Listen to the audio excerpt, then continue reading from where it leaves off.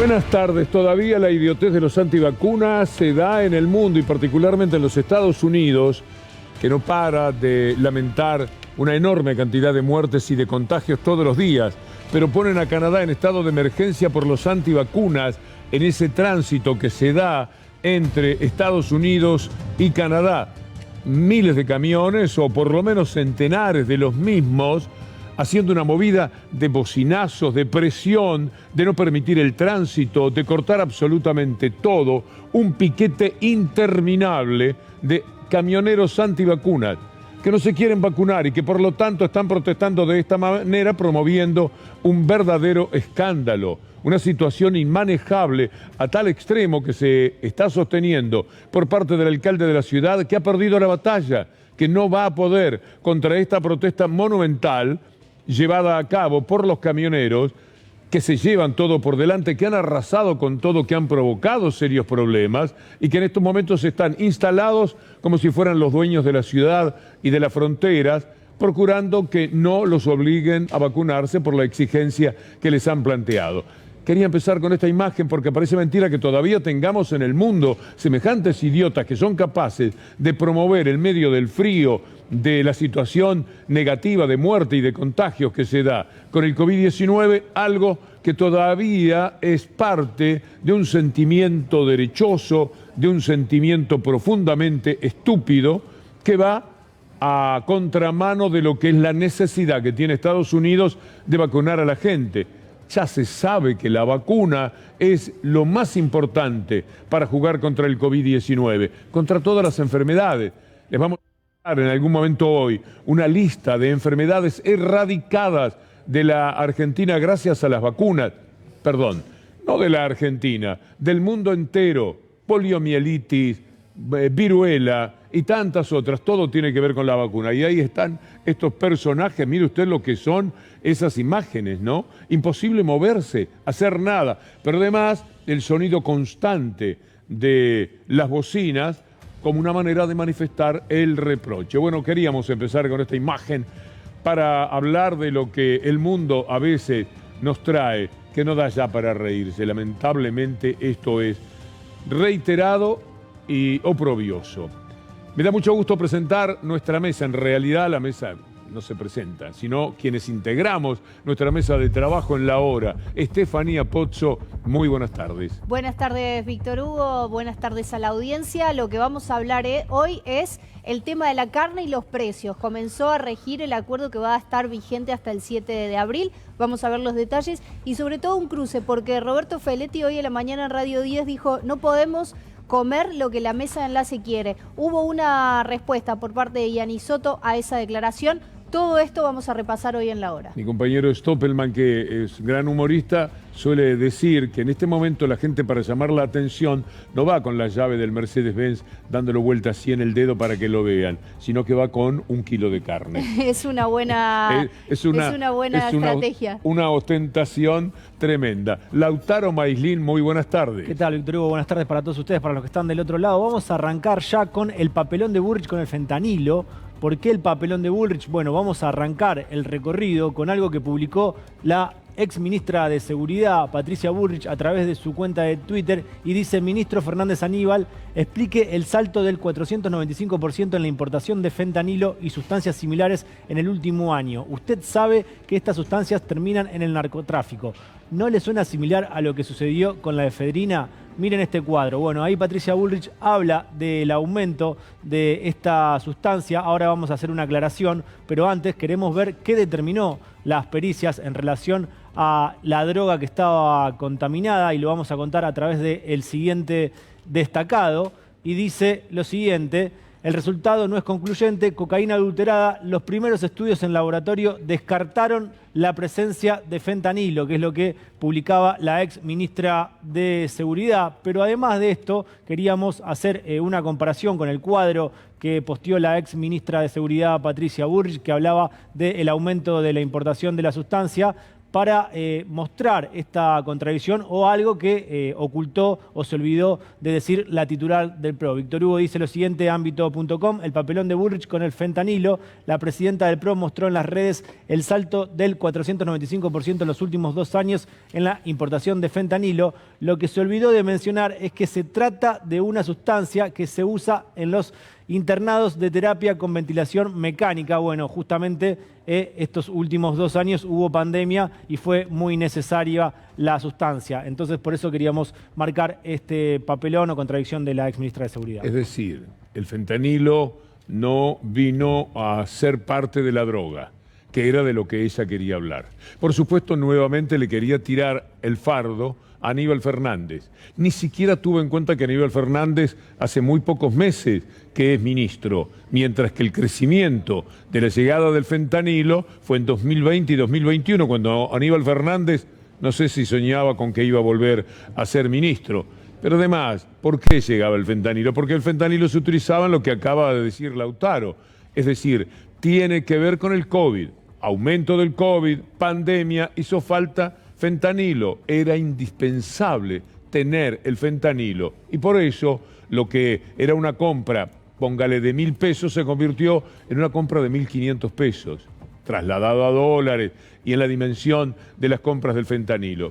Es decir, mintió por todos lados, faltó a la verdad de todas las maneras, comprometió otra vez a una persona inocente, siempre arrastrada, porque la palabra es esa, reptando Patricia Bullrich por vía de la protección de los medios de comunicación que por supuesto no le pasan factura. Esto que usted está escuchando sobre Patricia Bullrich lo dijo Juancito Amorín anoche acá, lo está diciendo Lautaro y lo vamos a sostener nosotros durante la columna. Tenemos un tuit, Víctor Hugo, también del ministro Aníbal Fernández que le respondió a la titular del PRO, vos recién lo mencionabas. La bruta de Patricia Bullrich, acompañada de Arieto y Ocaña, más brutas que ella, baten el parche con el que fentanilo fue autorizado por mí. Mentira, el ingreso del fentanilo lo autoriza la ANMAT, ergo el Ministerio de Salud. Es inútil. El que nace para pito no llega a corneta. Bueno, también otra falta a la verdad de la exministra de Seguridad. Es una barbaridad. Es tremendo. Les dio gran resultado aquello de la efedrina, que hoy en la columna les vamos a recordar el episodio. Todo lo que mentía en aquel momento Patricia Bullrich, que esperaba a Pérez Corradi con D'Alessio, ¿se acuerda? Porque Pérez Corradi venía a contar quién era la morsa y después se supo que no tenía absolutamente, como se supo siempre, pero ellos jugaban a que la morsa era Aníbal Fernández y por lo tanto era el que tenía que ver con esa historia tenebrosa. Una barbaridad, es una locura. Lo de Patricia Bullrich ya no tiene límite. Ha convertido en una aceptable persona a Lilita Carrió, porque frente al desenfreno, el desenfado, la locura de Patricia Bullrich, ya todos han mejorado su producción en materia política. Ahora me da mucho gusto presentar al doctor Darío Villarruel. Víctor, hubo mucha información judicial, diría que aparecieron juntos por el cambio, diciendo que está muy bien que el presidente del Consejo de la Magistratura sea el presidente de la Corte, y paralelamente apareció el cuarto juez de la Corte, hoy, Ricardo Lorenzetti, que dijo, muy suelto de cuerpo, que en la Argentina no existe el lawfare. Ate los dos cabos. Juntos por el Cambio quiere a Rosati como presidente del Consejo de la Magistratura. Ricardo Lorenzetti dice que no existe el lawfare. Saque sus conclusiones. Y un tema muy fuerte, no lo va a poder creer. En la causa del cuentapropismo del espionaje, los acusados que están procesados apelaron y dijeron, está bien, estamos procesados, pero nosotros no actuamos por cuenta propia. A nosotros nos dan las órdenes los superiores. Gustavo Arribas y Silvia Magdalani. Si usted quiere, vaya más arriba y sabemos quién está. Araque y Melo son correcto, los que están amenazando evidentemente con contar todo de dónde procedían las órdenes. Vamos a hablar del Consejo de la Magistratura ya mismo y la intención de Juntos por el Cambio de que Rosati presida el Consejo de la Magistratura en el que ellos dominaron, en el que hicieron absolutamente cualquier cosa, ahora para cubrirse.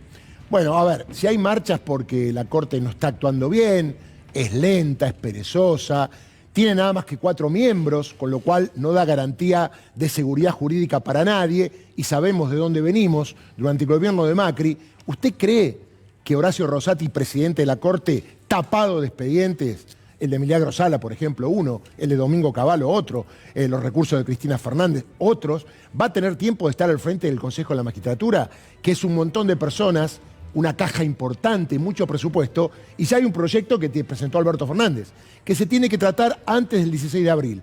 Obviamente se dice que no se va a llegar porque Juntos por el Cambio acepta la presidencia del presidente de la Corte y el proyecto del gobierno cree que hay que elegirlo de acuerdo a los 17 integrantes que va a tener de acuerdo a lo que quiere Alberto Fernández. Pero, ¿te parece que escuchemos a Ricardo Lorenzetti en medio de todo este lío, que apareció a dar una nota? Y recordemos que nos había prometido una nota a nosotros hace 2 meses.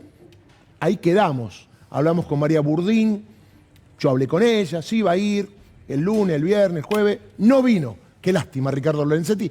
Lo seguimos esperando aquí, con hoy un poquito de aire acondicionado, pero lo estamos esperando. Dale. Mire, desde que yo entré en el año 2004 en la Corte Suprema, hemos tenido muchísimas marchas y quiero dejar bien en claro para todos los que nos escuchan que la Corte no va a ceder a ninguna presión, como nunca hemos cedido. Es decir, las marchas expresan lo que cada uno quiere expresar y eso, desde ese punto de vista están ejerciendo un derecho de manifestarse, pero nunca ha tenido una influencia en las decisiones de la Corte Suprema, porque obviamente nosotros debemos aplicar la Constitución, la ley, y de modo igual para todo el mundo, ¿no? Sea poderoso, sea débil. Para usted, doctor Lorenzetti, ¿el lawfare existe o no aquí en la Argentina? Porque Cristina insiste con eso. Yo respeto una opinión, pero para mí no. Yo no tengo ninguna duda al respecto. Nosotros en la Corte Suprema siempre hemos tenido la misma conducta. Me quita a Lorenzetti el deseo de defenderlo de las acusaciones del Grupo Clarín, de la propia radio donde ahora hizo declaraciones, que lo convirtió en un mafioso de PAMI en Rafaela. Es decir, un delincuente vil, un personaje deleznable, dicho por Clarín. A mí me gustaría, qué sé yo, porque se trata de una información dada por Clarín, salirle al cruce.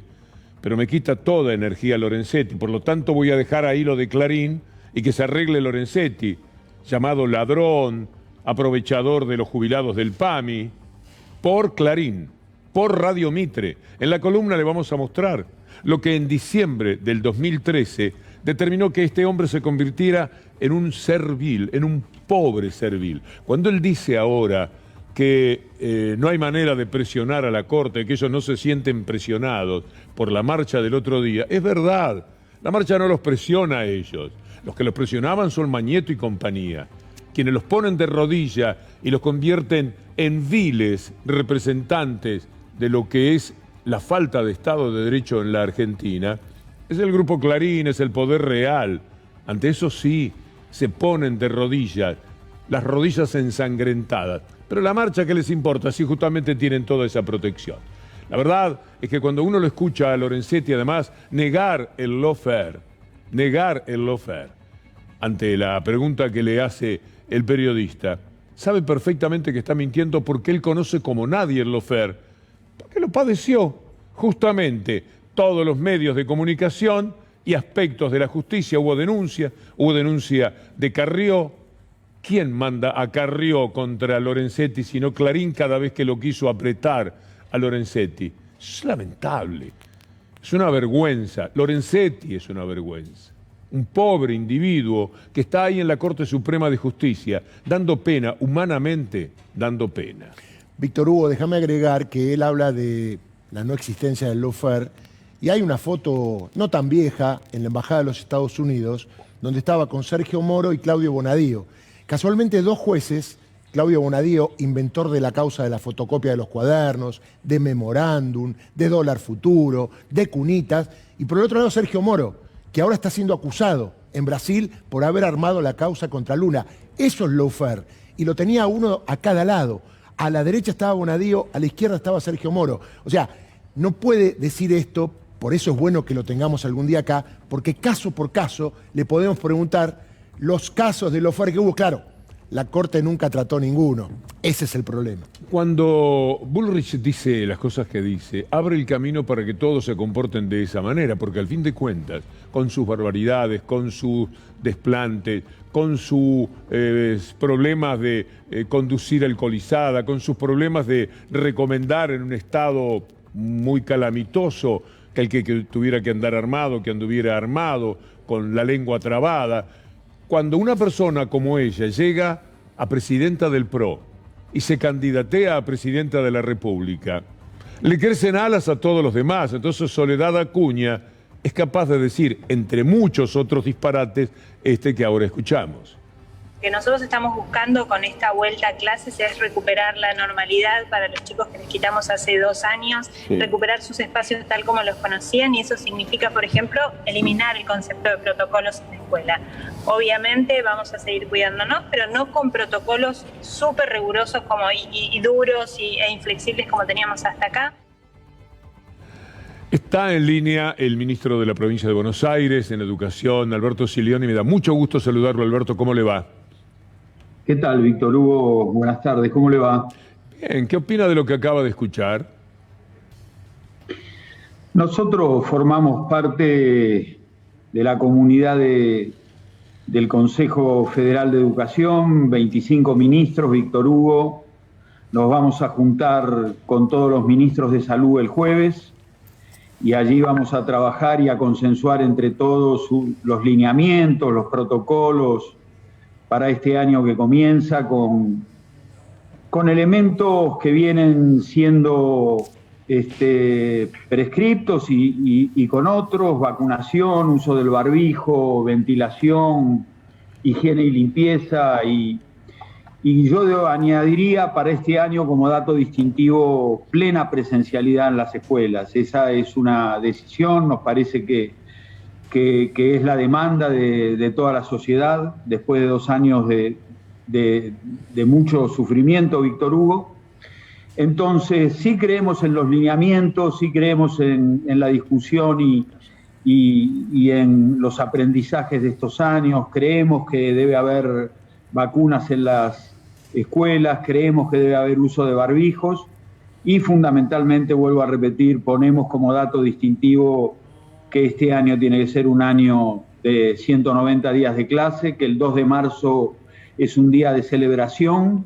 En la provincia hay 21.000 escuelas y trabajaremos para que sea un verdadero día de reencuentro, de celebración, de recuperación de tanto sufrimiento y dolor. Cuando se dice no al protocolo, lo diga con lo digo, olvidémonos de Soledad Acuña. ¿Qué están diciendo? ¿Qué significa no querer protocolos? Significa que me independizo de la voluntad del resto, que me corto solo. En general hay siempre una propensión a algunos anuncios rimbombantes. La verdad que no vamos por ahí, Víctor Hugo. Usted nos conoce, vamos por las deudas que tenemos con la sociedad bonaerense. 2 de cada 3 chicos y chicas en la provincia son pobres.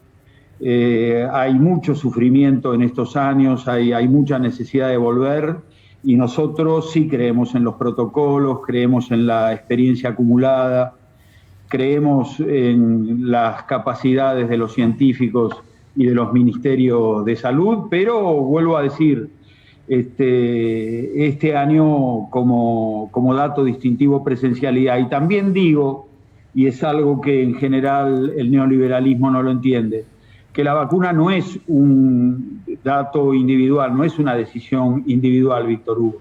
Es una decisión colectiva, es una decisión de la solidaridad, y en eso, como creemos que puede haber algún grupo más duro que se resista, pero que en general creemos que aquellas familias que no han vacunado a sus hijos, sobre todo tenemos un déficit de 3 a 11 años, no lo hacen por una decisión ideológica o científica, lo hacen por desatención o porque la posta sanitaria está lejos. Entonces lo que tenemos que hacer como Estado es acercar, las escuelas van a estar dispuestas para vacunar, tenemos que alertar, tenemos que concientizar, tenemos que invitar a que se vacunen porque no es un hecho individual de su hijo, sino que es de la sociedad entera.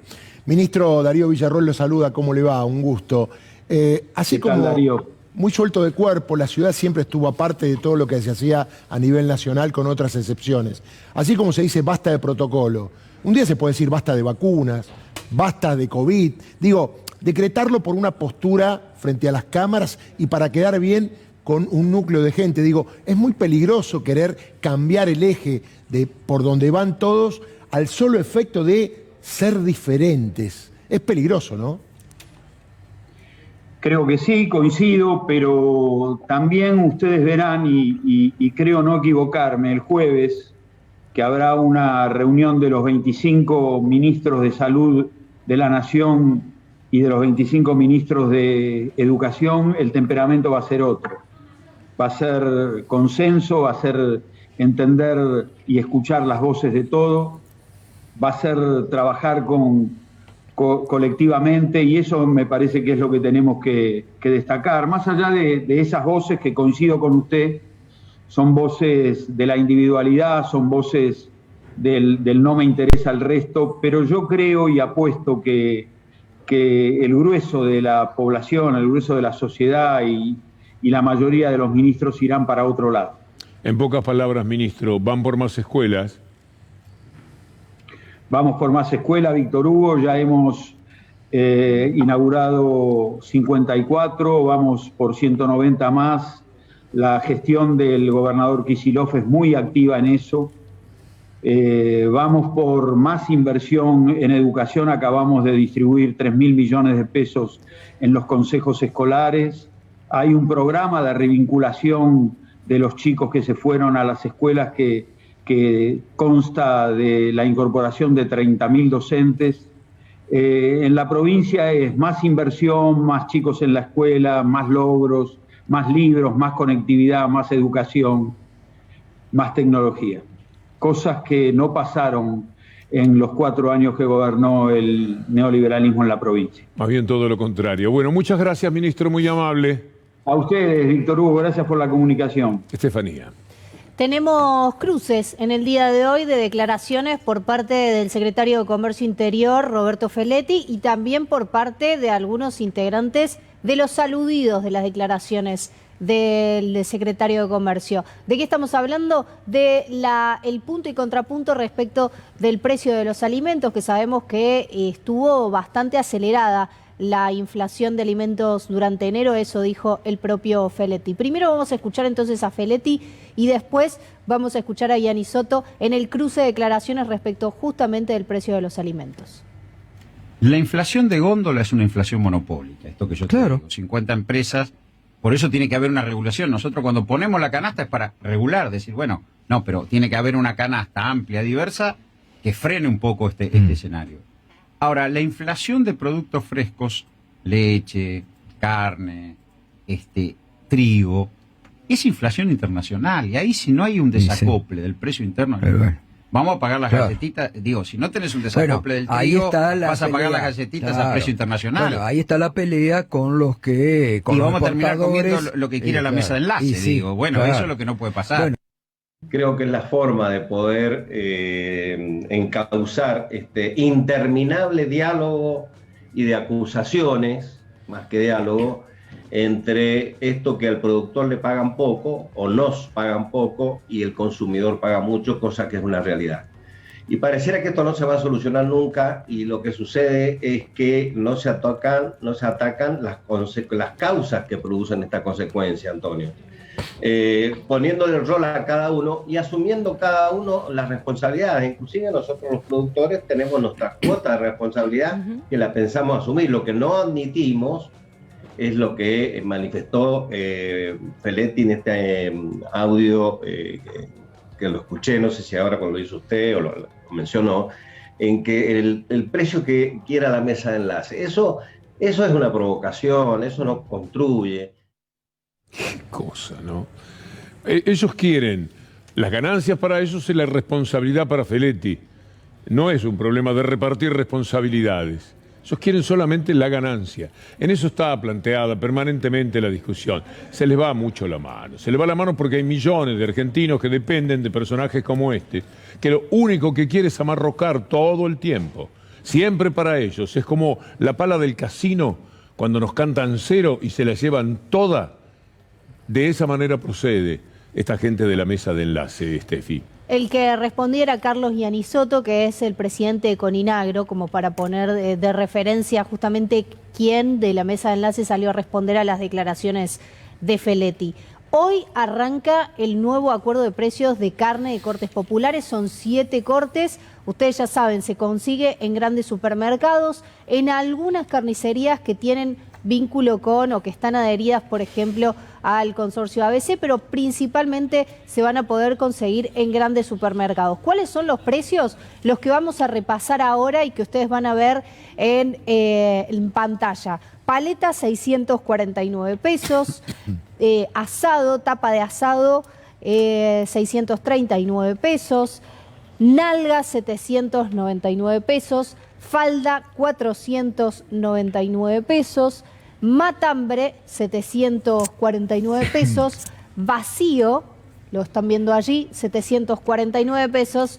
Y asado, tira de asado, 699 pesos. Todos estos cortes se van a poder conseguir hasta el 7 de abril. Van a tener un aumento del 2% después de marzo, entre el 7 de marzo y el 7 de abril, pero a partir de hoy ya se pueden conseguir de lunes a viernes estos cortes en los grandes supermercados. Una de las maneras que el gobierno encontró a través del acuerdo de precios de hacerle frente justamente a la inflación de alimentos. El lago Escondido, en la provincia de Río Negro. El lago Escondido es un lago que normalmente los chicos tenían en sus mapas, pero que ahora lo tiene solamente Lewis, un tal Lewis, aquel al que defiende apasionadamente Mauricio Macri. Esta maravilla de la naturaleza, este paraíso de los argentinos, pero Lewis lo hizo propio y no quiere ni que vayan a mirarlo. Entonces cerró todos los caminos. Todos los años hay gente que se moviliza y ahora con el respaldo de decisiones judiciales. Y van allí hasta el lago como una demostración más del espíritu de soberanía que cualquier buen argentino naturalmente tiene que expresar. Todo esto, allí está la casa y ahí está el lago, para que ustedes imaginen de qué se adueñó este hombre. 13.000 hectáreas que rodean el lago, por lo tanto es privado, dice él, y acá no puede pasar nadie. Hay gente que lucha con un sentido soberano y van todos los años. Ahora el viernes estaban unas 20 y pico de personas que querían llegar hasta el lago y les salieron el cruce a caballo, con armas, a pararlos varios representantes del dueño de la comarca, del señor feudal del lago Escondido, el tal Lewis, John Lewis. Y los detuvieron y no pudieron hacer absolutamente nada. Y hay en estos momentos una situación confusa. Puede ser que haya que esté detenido, por ejemplo, Jorge Rashid, un hombre tan conocido, un asesor importante que ha tenido una actividad tan enjundiosa en los tiempos del COVID. Está su hijo acompañándonos ahora, Leandro Rashid, bienvenido. Bueno, muchas gracias, Víctor Hugo. ¿Qué sabes de tu papá? Mira, acaban de mandar un mensajito hace 2 minutos que pudieron comunicarse con el grupo y se encuentran todos en buen estado, están bien. Es la única información que me acaba de llegar. Hasta hace 5 minutos les hubiera dicho que no sé nada desde ayer, no sabíamos nada, casi 24 horas, sin saber absolutamente nada de mi papá y de todo el grupo de compañeros. ¿Qué fue lo que le tocó vivir? Bueno, un poco lo relatabas vos recién, esta situación donde uno quiere acceder al lago Escondido, uno quiere ir pacíficamente a manifestarte, a reclamar por la soberanía de nuestro país y que irrumpan 50 sicarios de Lewis, yo le digo así, para mí son sicarios armados, y les digan que se tienen que ir, lisa y llanamente. Además no es un dato menor que no estaban en propiedad privada de Lewis, estaban fuera de la propiedad de Lewis, y así todo, esta persona no solo se apropia de los lagos, de los caminos, de las montañas, de nuestros recursos, sino que además dicta sus propias leyes. Entonces me parece que es una situación angustiante, una situación difícil y hay que tomar cartas en el asunto. Cuando decimos que estuvo detenido tu papá, Jorge Rashid, ¿a qué nos referimos? Nos referimos a que ese grupo de sicarios no lo dejaban ni avanzar ni moverse. Ni avanzar ni moverse. Estaban retenidos por las fuerzas parapoliciales de John Lewis. Además, Leandro, hubo un pedido de habeas corpus que fue rápidamente rechazado por la justicia, algo insólito, porque si hay personas que no se saben dónde están y van unos abogados y dicen, mira, hay gente que está retenida, los jueces tienen que hacer lugar rápidamente al habeas corpus. Aclaro un poquito esa situación porque la hablé hace un rato nomás con Urien, que es quien coordina un poco el grupo allá. Lo que sucedió es que había 2 grupos en simultáneo. Ese habeas corpus fue para uno, que se rechazó enseguida. El otro, antes de las 19, el juez Juan Pablo Lourences tiene que fallar. Hoy tuvieron una reunión esta tarde donde con toda la información, con todas las cartas sobre la mesa, le dijeron que no podía demorar tanto porque hay vidas en riesgo. Así todo, se toma su tiempo, creo yo, que para llamarlo a Lewis y preguntarle qué tiene que hacer. ¿Hasta dónde llegaron? Pasaron el primer lago. La información que tenemos es que llegaron hasta el lago Soberanía. Hasta ese lago. No pudieron avanzar más. Recordemos que esto es una marcha pacífica, entonces de ninguna manera se va a forzar ninguna situación. Pero es simbólica también. Para Lewis lo que le molesta es el simbolismo que tiene.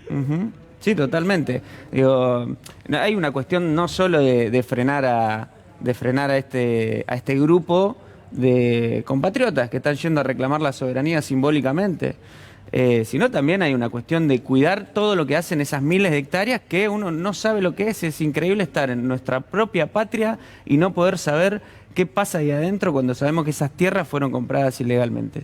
¿Cómo se enteraron ustedes de la situación, de que estaban detenidos y en qué situación están ahora y cómo pasaron todo este tiempo? Mirá, la situación de la información fue muy difícil porque estaban prácticamente incomunicados. Hay una teoría que este señor Lewis tiene la tecnología suficiente para bloquear las señales. Ellos tenían, el grupo de mi papá y los más de 20 compañeros y compañeras, un teléfono satelital que de repente dejó de funcionar. Entonces lo que nos enteramos ayer es que había sucedido esta situación y no se supo más nada hasta hace 2 minutos que me avisaron. Leandro, lamento conocerte en estas circunstancias. Un placer darle un gran abrazo a tu papá. Bueno, me tomo un segundo atrevimiento para agradecerle a todos los organismos de derechos humanos, a todos los compañeros y compañeras que estuvieron muy cerca todas estas horas, a la madrugada y hoy también. Y no dejemos de reclamar la soberanía, no dejemos de que nuestro pueblo pelee por esa patria liberada, porque si no vamos a ser un pueblo sin destino y una nación digamos, sin destino no existe. Así que peleemos por nuestra soberanía. Muchas gracias. Víctor Hugo, déjame agregar algo que es importante, porque tiene que ver con esto. Habló de una estafa por la compra de esas tierras. Hubo una causa judicial. La resolvió hace unos años la Cámara de Casación Penal.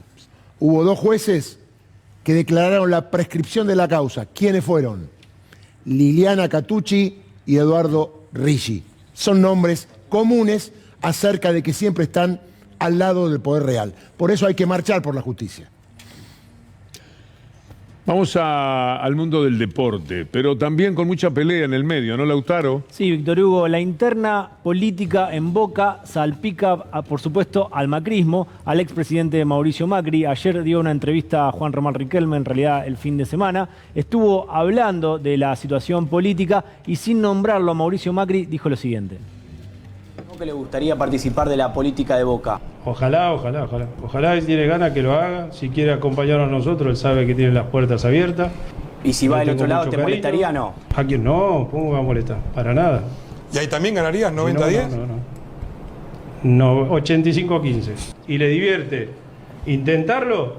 Él sabe que mi cariño no va a cambiar nunca. 85-15 va a salir. Es lo normal. Bueno. Perfecto. Es lo normal porque el hincha Boca es hincha Boca. ¿Entienden? Sí. Y la otra gente que usó a mi club 25 años. ¿Me escuchás? Sí. La otra gente usó 25 años mi club para hacer otra cosa. Y lo respeto y está bien si lograron todo lo que querían. Está clarito para qué utilizaron nuestro club. Le ha salido bien y los felicito. Pero ahora nosotros tenemos la obligación de cuidar a nuestro club.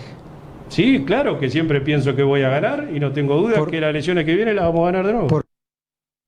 Tomá mate, podría decirse de estas expresiones de Riquelme que involucran a Macri, que efectivamente usó a Boca, bueno, mejor Boca que por lo menos ha significado un estímulo para la alegría de sus hinchas en algunas victorias, pero también ha usado otros aspectos para encaramarse políticamente, y es lo que da a entender Juan Román Riquelme en esta pelea que subyace en cada uno de los encontronazos que se producen con Boca. Hoy los canales deportivos están muy referidos a River, hay una alianza muy particular. Yo, desde el punto de vista deportivo, lo veo a River fantástico, pero hay algo que tiene que ver con una persecución de Boca, con la que nada tiene de relación River, y le están dando a Boca muchísimo y a Riquelme también de una manera muy especial. Por supuesto, hay intereses políticos para ir contra este ídolo del club que es Juan Román Riquelme y tratar de eyectarlo. Cada derrota de Boca parece que en un solo día ha perdido 10 partidos. Son históricas, es decir, pierde en febrero y la derrota dura por lo menos hasta junio, más o menos. Esto también se juega y hay muchos intereses hoy día de todo tipo. El periodismo deportivo está atravesando, bueno, no sé si alguna vez no la atravesó, una etapa bastante complicada. Está muy claro para qué utilizaron a Boca y le salió bien, es lo que decía Juan Román Riquelme. Obviamente está haciendo alusión a lo que sucedió con el expresidente de Boca, Mauricio Macri, que saltó a la política, fue diputado, jefe de gobierno porteño y después presidente de la Nación. Queremos saber qué está haciendo Mauricio Macri, dónde está Mauricio Macri, qué piensa Mauricio Macri. Bueno, Miguel Pichetto nos lo cuenta. Una buena relación con Mauricio Macri. Creo que hoy está, digamos, en un momento realmente muy importante de comprensión de los problemas que tiene la Argentina. Creo que está muy bien Macri y que también la derrota le permitió valorar y comprender que en la derrota te quedas solo, que hay muchos que se borran, que se desaparecen, que te critican. Siempre la derrota en política es un aprendizaje muy duro, pero a veces conveniente. Pero es muy bueno lo que dice al principio, cuando señala que Macri está con un altísimo grado de comprensión de lo que está sucediendo en la política. Lo disimula bastante bien. Estamos hablando de un hombre que sigue hablando cualquier disparate, lo que venga, después del desastre que le ha provocado a la Argentina y que está siendo el padre maldito de todo lo que ahora son las negociaciones, las discusiones, la búsqueda de dinero para afrontar el tema del Fondo Monetario Internacional y todo lo demás. Decir que Macri está con un alto grado de comprensión de la actualidad política es un Pichetto legítimo. Se puede decir que el presidente está en control. ¿Se acordaba Víctor Hugo cuando después de perder las PASO en una conferencia de prensa, Pichetto dijo el presidente está en control? ¿Quién dijo eso? Pichetto. Siempre Pichetto. ¿Por qué dicen que es un adulón entonces directamente? Sí, es adulón. Alcahuete va, adulón. Sí. Quedó claro. Tenemos una queja de una senadora macrista, Víctor Hugo, que no abrían los cajeros automáticos. Lo manifestó, lo vamos a contar a través del siguiente destacado para tratar de entender qué es lo que pasó. Una senadora macrista se quejó de que no abrían los cajeros automáticos. Pasaba la tarjeta al revés. Se trata de la legisladora por la provincia de Chubut, Edith Terrenzi. En su cuenta de Twitter denunció que en el pueblo rural Ricardo Rojas no funcionaban los cajeros automáticos, aunque en la grabación que ella misma subió se observa cómo ubicaba la banda magnética del lado contrario de la ranura. Tenemos el video, Víctor Hugo. A ver.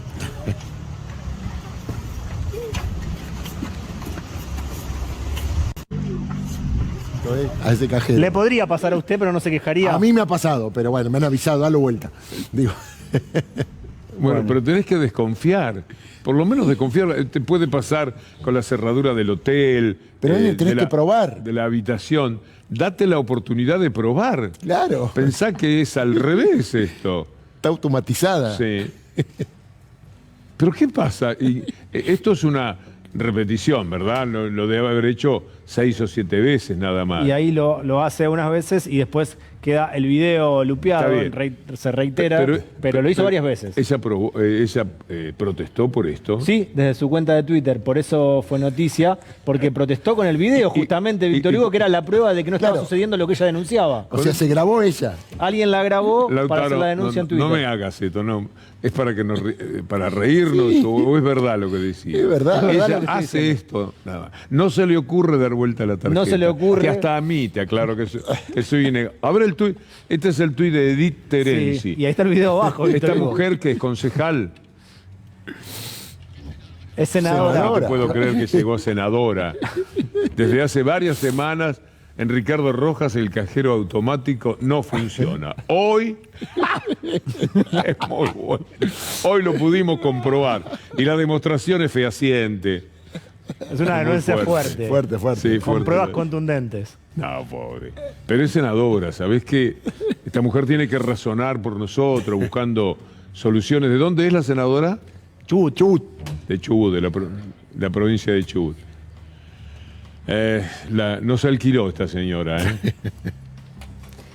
Vamos a hablar ahora de otra cosa que se paga con una tarjeta, pero que no necesita la tarjeta para abrir ninguna puerta. Estamos hablando de los alquileres. Digo con una tarjeta porque en general la ley de alquileres establece que hay que hacer una transferencia. Se puede pagar con transferencia bancaria. Sabemos que no es el caso de todos los contratos. Hay muchos contratos que todavía hay que pagarlos con efectivo, aunque parezca raro, sí.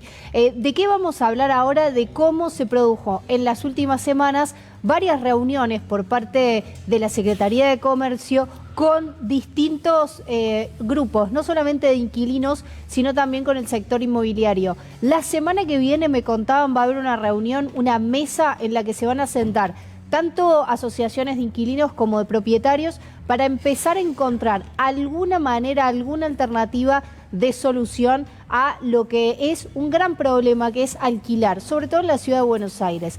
¿Qué es lo primero que se detectó allí? Que hay mucha gente, y esto lo dicen también desde el sector inmobiliario, que en vez de poner en alquiler sus viviendas, las prefiere sacar del mercado. Y eso explica parte de los números que estamos viendo allí, del salto de 56%, por ejemplo, en el alquiler, en comparación con el año pasado, de un departamento de 2 ambientes, o de 54% en el caso de un monoambiente. Lo que menos aumentó en términos relativos es un departamento de 3 ambientes. Fíjense lo que es el alquiler promedio de enero. Van en esos precios, y a eso hay que sumarle la expensa, que son 20% más. En estos casos, las expensas se suman al alquiler. Exacto. Las paga el inquilino. En general, las expensas se las paga el inquilino, salvo que sean las extraordinarias. Claro. Esas le corresponden al propietario de la vivienda. Y ese 20% que está ahí en la placa, ¿se corresponde con la realidad? ¿Está bien? Y sí, y yo hice los cálculos. Más o menos de un monoambiente es alrededor de 7.000 pesos, en un 2 ambientes es alrededor de 8.000 pesos y un 3 ambientes es 12.000 pesos. CESO es el Centro de Estudios Scalabrini Ortiz. Exactamente. Ah, qué bien. Gente que he leído en muchas ocasiones, ahora había perdido un poco de vista estos informes. ¿Vos tenés algo que ver con el CESO? No, los consulto porque son de mis fuentes habituales, sobre todo en relevamientos de precios de alquileres y también de alimentos, que tiene un relevamiento de alimentos que es muy, muy interesante. Bueno, estos son los datos del mercado inmobiliario. Entonces, hay análisis por parte del gobierno, habrá que ver de qué manera todo este reglamento después se transforma en alguna modificación de la ley.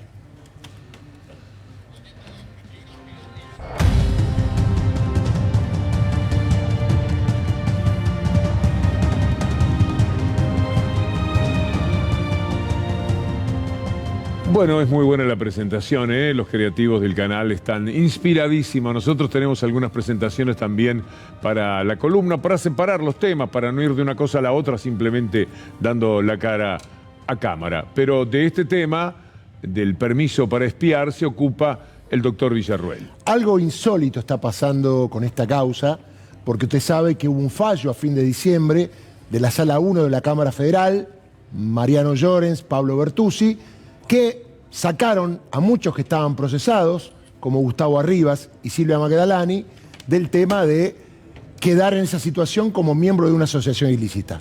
Está claro que pasó enero, no se dijo nada. Claro, apeló primero José Ubeira, que es abogado de 2 espiados, diciendo que esto es como una especie de una dictadura, no un Estado de Derecho lo que pasó. Apeló Cristina Fernández de Kirchner diciendo no son cuentapropistas, está claro que hay una estructura en la AFI, pero lo llamativo, Víctor Hugo, es que las víctimas coinciden con los acusados que quedaron procesados. ¿Me entendés? A ver, las víctimas están diciendo hay asociación ilícita y están todos complicados. Y los que quedaron procesados como Araque y Melo, que venían a ser de la segunda línea, los cuentapropistas, dicen, bueno, está bien, nosotros espiamos. Están reconociendo el hecho. Pero ojo, no los hacíamos por nuestra cuenta. Hay una estructura en la AFI donde arriba de nosotros ya está Silvia Magdalani, Gustavo Arribas. Pero es que es un cuento inadmisible. No puede ser que se animen. Y se animan a decir que era por cuenta de ellos. No sé, unos locos sueltos que andaban espiando casualmente a gente de la política, de la Corte Suprema, gente con una relevancia y una trascendencia importantes en la vida del país, pero por cuenta de ellos. Lo hacían para eso, para divertirse, porque además no lo llevaban en ningún lado. Era para tener charlas en el boliche, en el café, para decir, ¿sabés lo que sé de, qué sé yo, del tal diputado, que podría ser Rodríguez Larreta, que le costó cosas importantes, privadas, supongo, privadas, a Rodríguez Larreta? Pero es tan fuerte el hambre de poder de cierta gente que hasta eso son capaces de disimular. La vida que cambia radicalmente, es decir, años y años de un tipo de vida que se convierte en otra vida por culpa de que lo espiaron. Y él dice, no me interesa a mí, no me importa mucho el espionaje, porque eso podría hacerle daño al partido político que integra, y esto para él es más importante. Sí, además quedaron en offside Llorens y Bertuzzi, porque en realidad ellos dijeron que la usaban seguramente para extorsionar. Y no hay ninguna causa de extorsión contra ninguno de los que espiaron, ni los propios ni los ajenos. Es decir, que lo hacían al solo efecto de responder órdenes. Es un escándalo de proporciones. Esto va a ir a la Cámara de Casación. Y atención, Mariano Llorens y Bertuzzi, porque ambos tienen pedido de juicio político casualmente por este fallo y están denunciados ante la justicia por prevaricato, que es dictar órdenes o resoluciones contrarias a derecho. Hacemos un corte. Y ya estamos enseguida otra vez.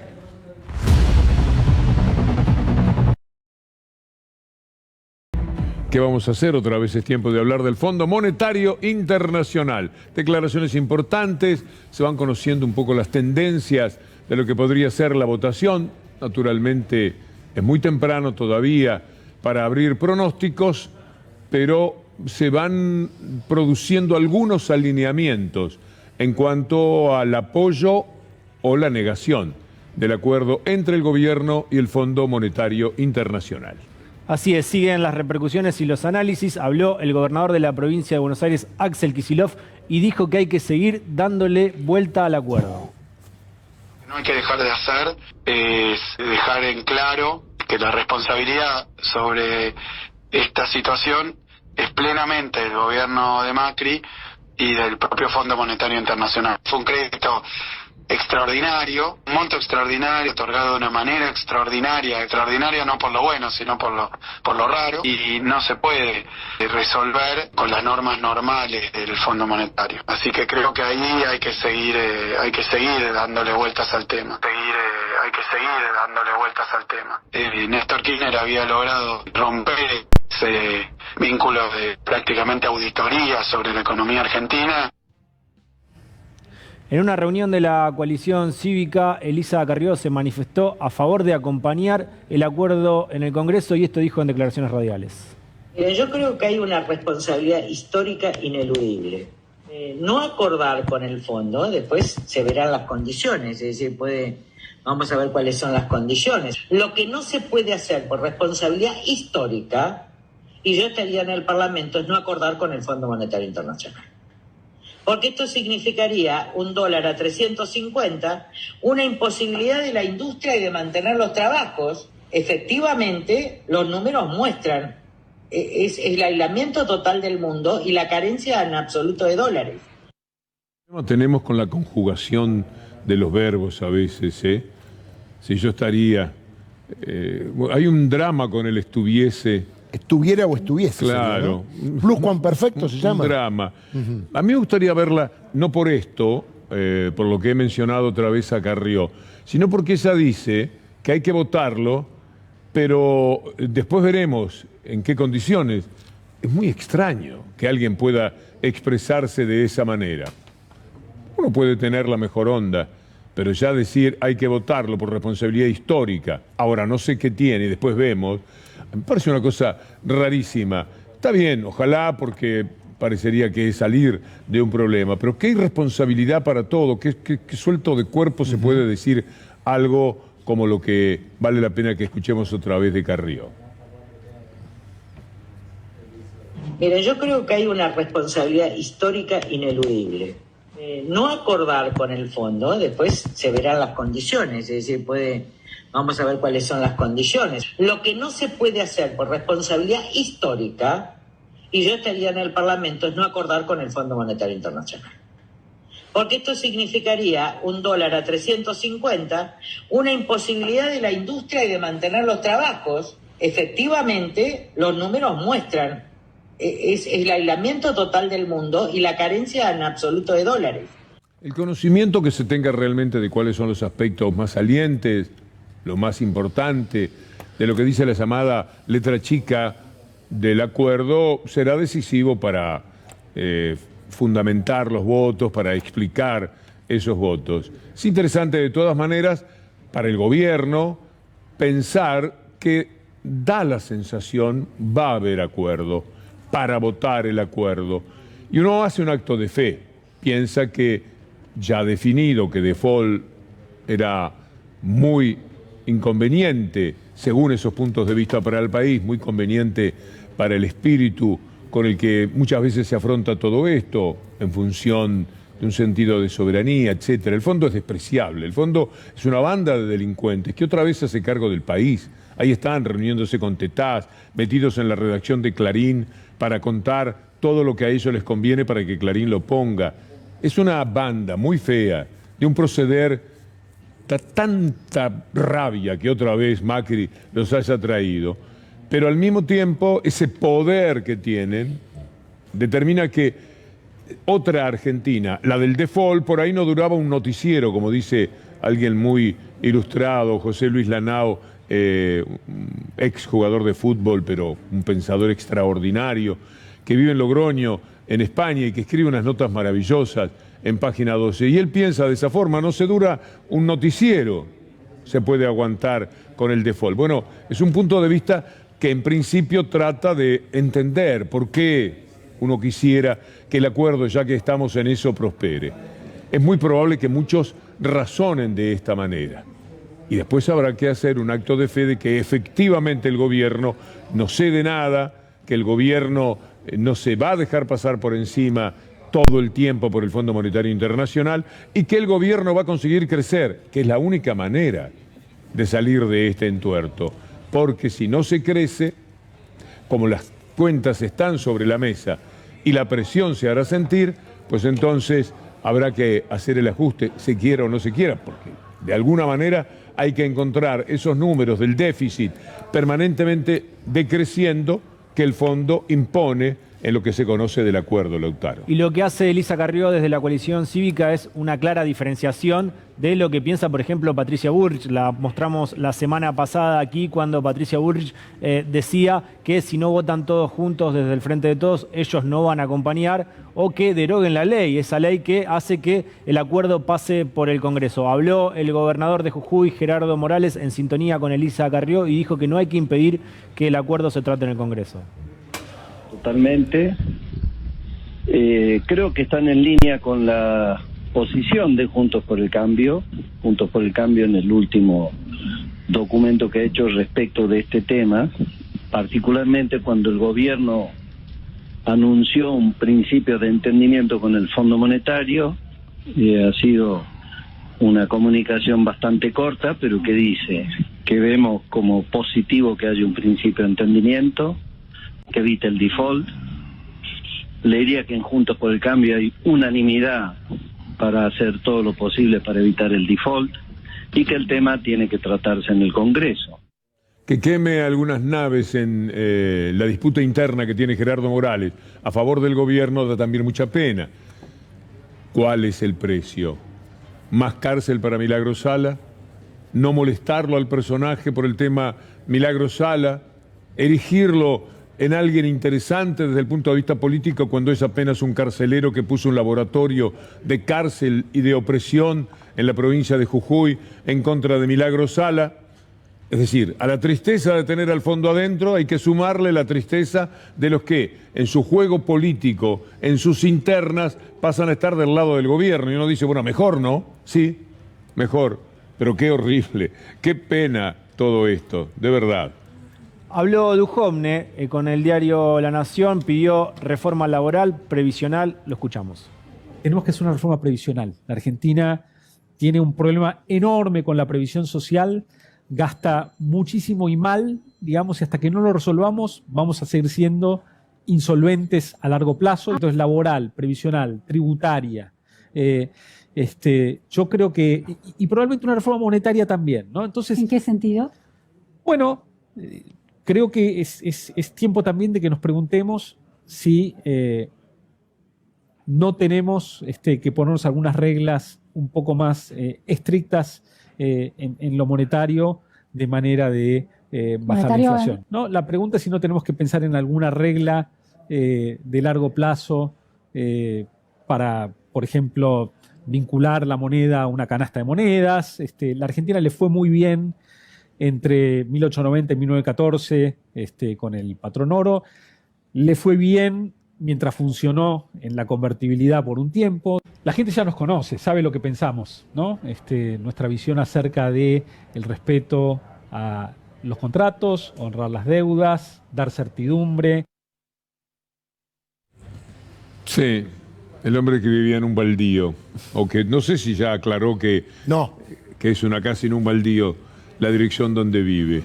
Con esa cara de Duhovne que usaba muy bien en televisión, le quedaba fenómeno en televisión, movía el whisky y charlaba con el colega. Y lo cruzó, Mañeto lo llevó de un brazo al Ministerio de Economía, lo cruzó como quien lleva a un chico al colegio y se convirtió en ministro de Economía. Es decir, muchas de las cosas terribles que nos han pasado también las resolvía el personaje. No sabe lo que está diciendo. Habría que hablar, dicen ellos. Habría que ver si no sería conveniente. ¿Y qué quiere decir? ¿Cuándo habría que hablar? ¿De qué manera? ¿Dónde sería el planteo? Hablan por hablar, pero además, a veces me pregunto, ¿la gente sabe, entiende lo que están diciendo estos personajes? Usted es jubilado, jubilada. ¿Usted entiende que este señor está diciendo que el país gasta muchísimo y mal en usted, en los jubilados? ¿Que está mal que usted, que tiene una vida de trabajo, esté jubilada? Y usted sabe perfectamente lo que ganan los jubilados. Y ese es el drama del país. Esto es lo que hay que corregir de cualquier manera. Esa es la reforma previsional que él dice que habría que hacer. Ahora, cuando esta gente dice esto, ¿se están avivando del otro lado? ¿Estamos reaccionando como corresponde? Le estamos diciendo, parazo, penco. ¿Qué es lo que estás diciendo? ¿Me querés quitar a mí el pequeño y modesto sostén que siempre nos toca a los jubilados? ¿Contra qué vas? ¿Contra la posibilidad de que me haya jubilado después que me estafaron durante años con los trabajos informales y me querías dejar absolutamente sin nada? Eso es lo que está diciendo esta bestia que tuvo nada menos que el manejo del Ministerio de Economía. Pero tantas veces uno los ve que hablan y muy tranquilos, como que si entendiesen de lo que dicen, porque no entienden nada. Y en general podría decirse que entienden muy poco todos, porque si no, no se podrían equivocar tanto. Es la única profesión. Yo más o menos de fútbol entiendo. Al tipo que erra 3 goles en la puerta del arco, lo sacan del equipo. No va, no sirve, no puede. Y así en todas las actividades. Pues los que hablan de economía nunca aciertan nada, ningún pronóstico, ninguna cuestión de crecimiento, nada. Y siguen sentados 800 veces por semana en los canales de televisión. Por ejemplo, este personaje es el hombre que manejó los destinos de la Argentina. Y lo que está diciendo es que qué horror para la Argentina tener tanta gente jubilada. Le quiero aportar además, Víctor Hugo, que nunca hablan de personas. Y eso es lo que más duele frente a este tipo de declaraciones. Porque, claro, hablan de reforma previsional y, como usted decía, me quieren sacar a mí el pequeño y modesto ingreso que tengo, o porque tuve trabajo informal, o porque, por ejemplo, soy una mujer que estuvo en su casa criando y cuidando a toda la familia y no recibí ni siquiera un sueldo, lo hice por amor y no tenía otra manera de generar un ingreso en la adultez. Bueno, todas esas cosas que a nosotros nos salen de manera automática, pensar. ¿Por qué en la reforma previsional no se habla de personas? ¿Por qué en la reforma laboral no se habla de creación de puestos de trabajo? Eso es lo que hay que hablar, de gente, no de números. Y Steffi habla de una reforma monetaria también. Es curioso que corre al Canasta Fondo Monetario de monedas, dice. Por derecha. Quería preguntarte, ¿está defendiendo o pidiendo convertibilidad? Exactamente eso dice. De hecho, vos sabés que en la convertibilidad, en el 2001, el exministro en ese momento, Domingo Felipe Cavallo, avanza en la definición de una convertibilidad ampliada. Eso generó muchísimo rechazo por parte de todos lados. Yo estuve este año repasando la historia de 2001 y la verdad es que en su momento generó mucha rispidez y ya sabemos a dónde termina la convertibilidad. No hace falta que a nadie le relate absolutamente nada de ese final trágico, ¿no? Sí, sigue siendo interesante que busquen una película que se llama Inside Job. Está en Netflix y ahí van a entender qué es lo que hicieron, cómo lo armaron. Todo lo que nos pasa no es que les sale mal, es deliberado.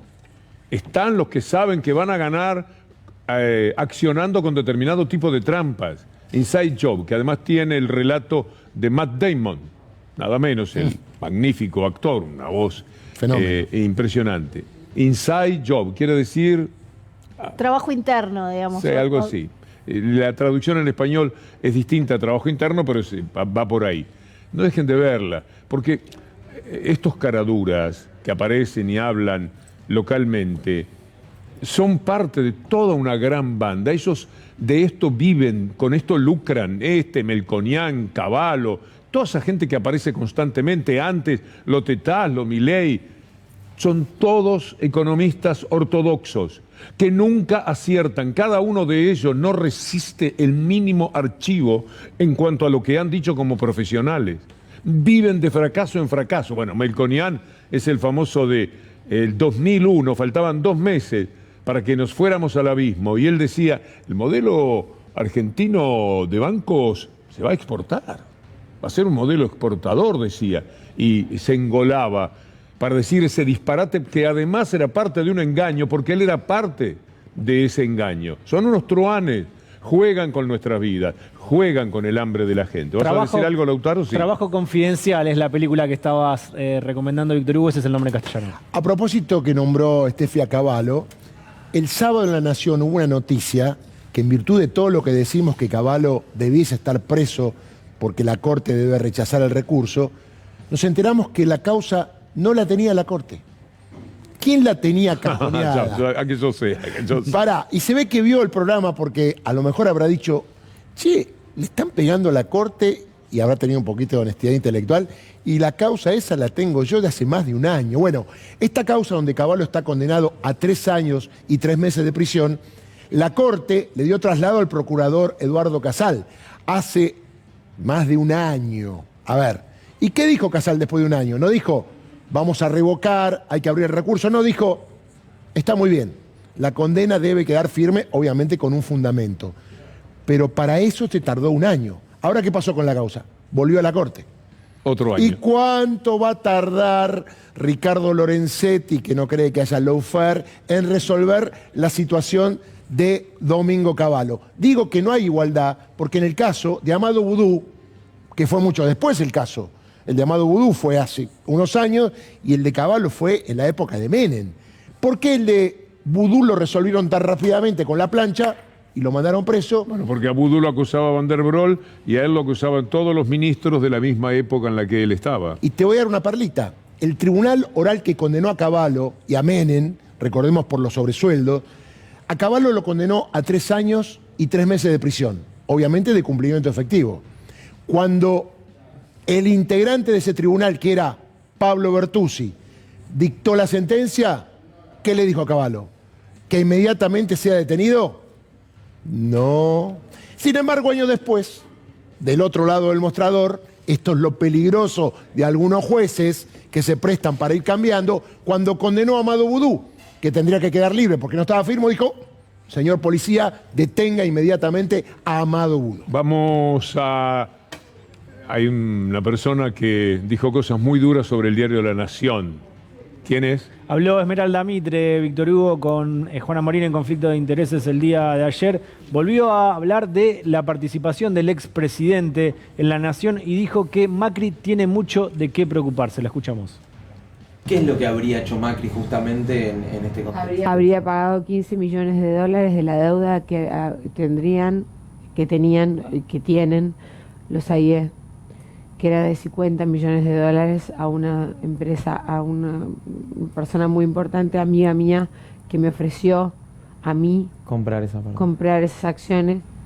¿Qué le dirías hoy a Macri y a aquellos inversores ocultos que hicieron esto? Que son unos mediocres, que entran que solamente hacen las cosas por dinero y no por vocación. Ni siquiera saben hacer vocación por política. Sí, está bien.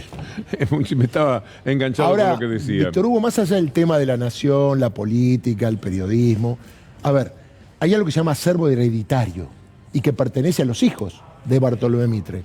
Lo que quieren hacer en la nación alguien es sacarle la guita, sacarle la plata, que se llama 20% de acciones, pero son millones de dólares. O sea, le quieren afanar la herencia. A ver, para que usted entienda, los herederos naturales son ella y sus hermanos.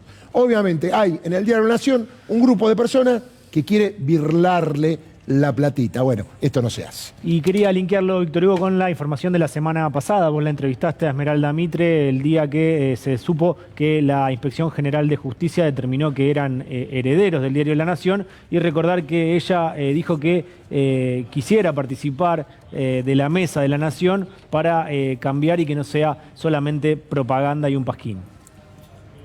Tenemos información sobre el dólar ahora y la soja, que bueno, en la Argentina están bastante unidos. En el caso del dólar no hubo variación del precio del dólar informal, 214 pesos es la última cotización, igual que la del viernes pasado. Hoy el Banco Central compró 50 millones de dólares porque hubo una mayor cantidad de oferta. Por supuesto que esto es una buena noticia. Febrero suele ser un mes difícil en términos de reservas. Me lo comentaba el propio Miguel Pérez en una entrevista que... Si compran ahora y aguantan así hasta abril, que llega la cosecha, fin de y marzo. entra plata y Exacto. en marzo, abril, ¿no? La cosecha gruesa es entre marzo, abril, ahí empieza a descomprimirse un poco la presión sobre las reservas. Todo indica que si se llega a un acuerdo con el Fondo Monetario Internacional, marzo en teoría debe ser un mes más tranquilo. Por supuesto que si no hay acuerdo con el Fondo Monetario, la situación va a ser difícil. Hablando de la soja, y hay un chiste que dice, se lo voy a hacer, Víctor Hugo, que la soja es peronista, porque siempre los ciclos de alta cotización coinciden con los gobiernos peronistas. Es que le viene muy bien a los gobiernos peronistas porque con esa alta cotización tienen que pagar las deudas que dejaron los neoliberales. Es como una regla. Y la regla se empieza a volver a confirmar, me lo pregunto, porque hoy subió 11 dólares la soja, 11,50, quedó en 582 dólares aproximadamente la tonelada de soja en el mercado de Chicago. Por supuesto que esto es una buena noticia porque a medida que se va acercando la época de la cosecha gruesa y de liquidación, eso significa mayor ingreso ahora de viene, divisas para la Argentina. Llega Yanni Soto, por ejemplo, y te llora un poco la milonga. Dice, sí, pero tuvimos muchas sequías, claro, anduvimos muy mal, hace como 10 años teníamos deudas. Qué difícil debe ser estar en ciertos lugares teniendo que enfrentar estas verdaderas bandas que como cuestión más importante tienen que darse con todo, sencillamente, y 40 millones pedalean en el aire. Vamos a hacer una pausa, ¿sí? Hacemos una pausa. Y enseguida venimos con la columna. Dale.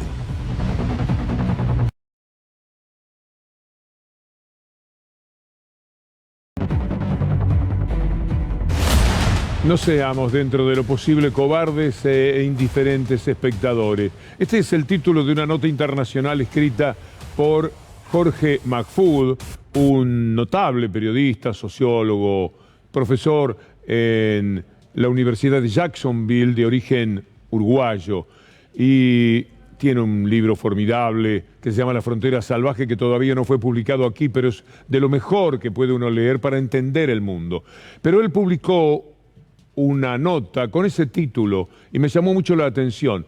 Vamos a ver qué es lo que dice él para entender lo que está señalando. El video que muestra, y lo vamos a mostrar ahora, una estudiante golpeando sin cesar a una compañera de clase hasta dejarla noqueada ante la pasividad de sus compañeros, sobre todo de aquellos que, como los varones, tienen algún recurso físico para detener esa aberración, es solo una muestra y configura una metáfora de la sociedad actual, dice Jorge Mahfoud. Ahora, ¿a qué se está refiriendo? Esto es lo que lo impactó.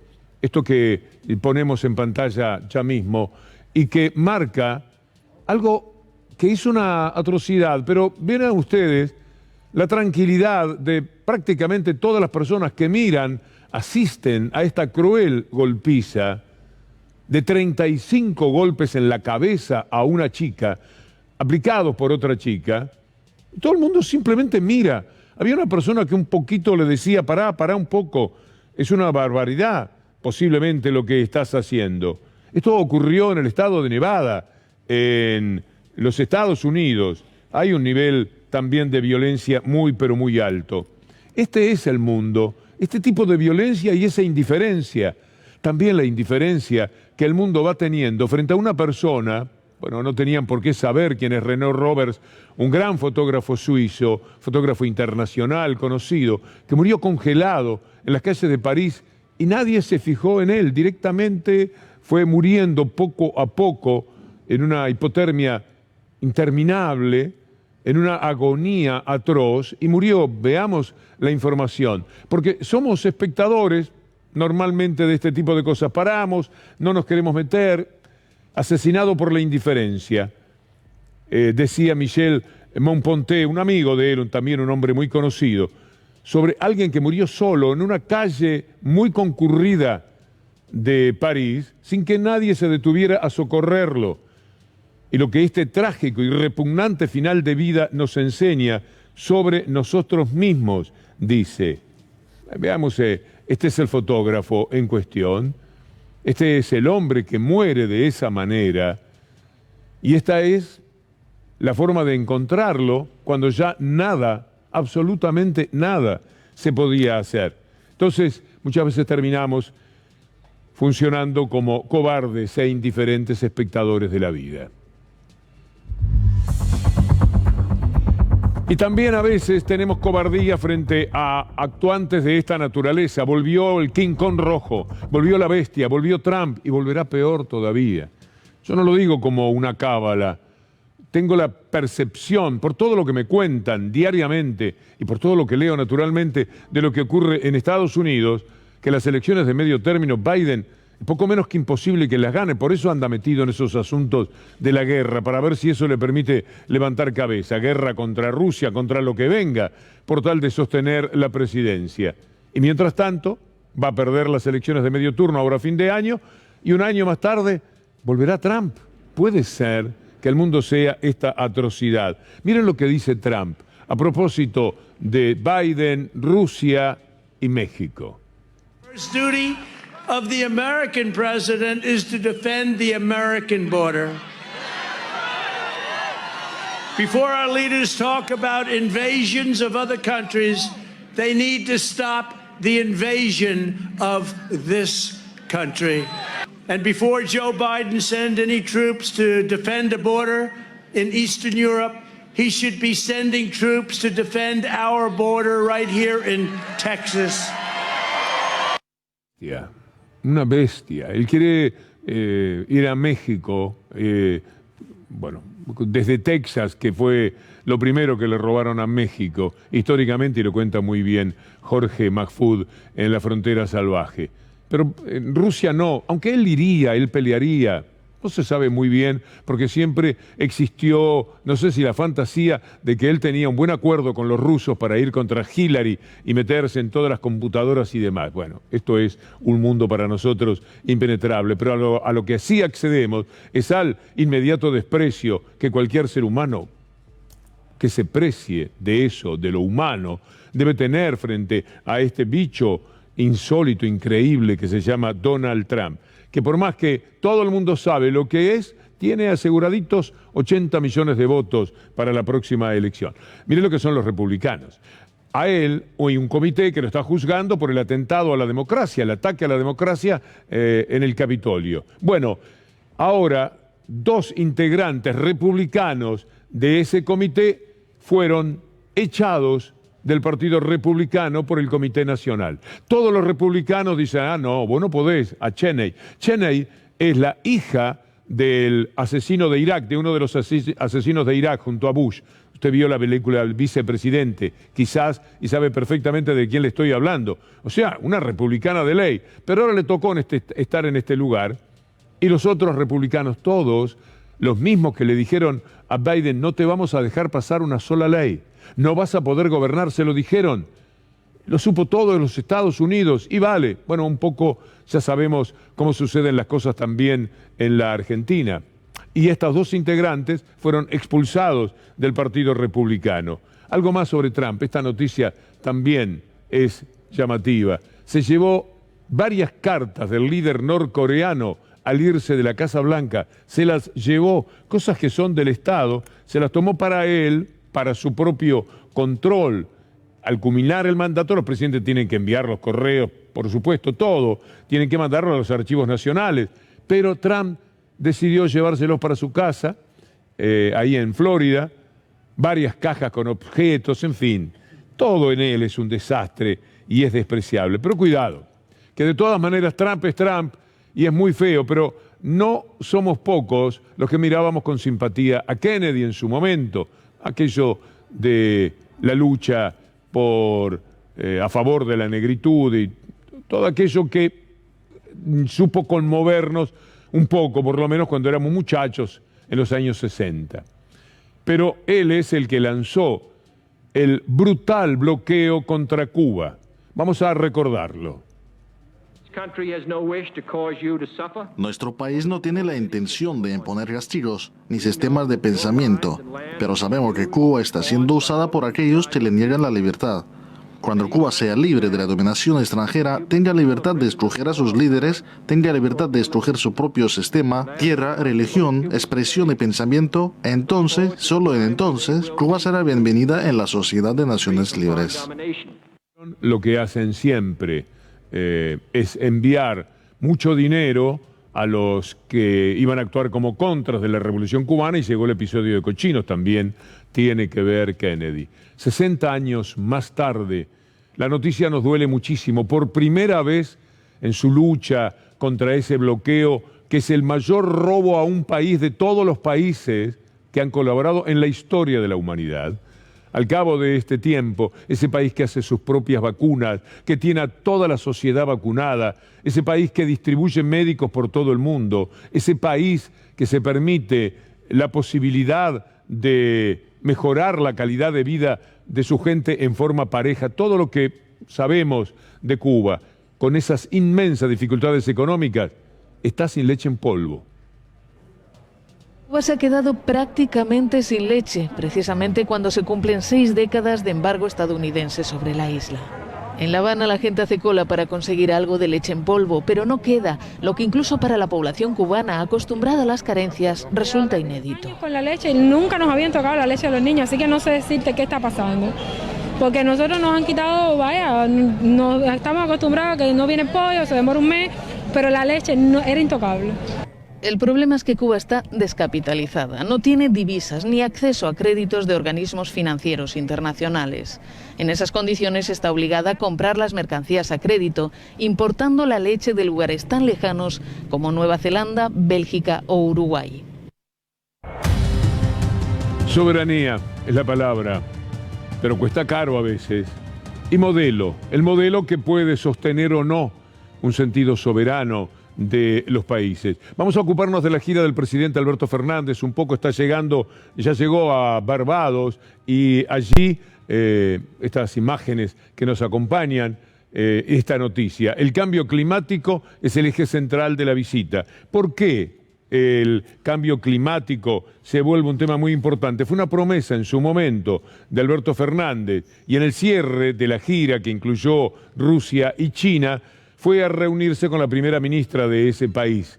Lo hace también en su rol de presidente de la CELAC, como destacan nuestros amigos de El Destape. Usted se acuerda por lo que atravesó Barbados. Esta es la forma de afrontar un temporal y todo lo que los cambios climáticos también gravitan para que las cosas sean así. Esto que nosotros vimos en este es el huracán Elsa, en nuestro hábito de buscar la noticia internacional para entender en qué mundo nos estamos moviendo, porque si hablamos solamente de la aldea, no podemos comparar con nada. Es imprescindible para nosotros entender el cuadro dentro del que nos movemos. Bueno, todo esto le pasó a Barbados.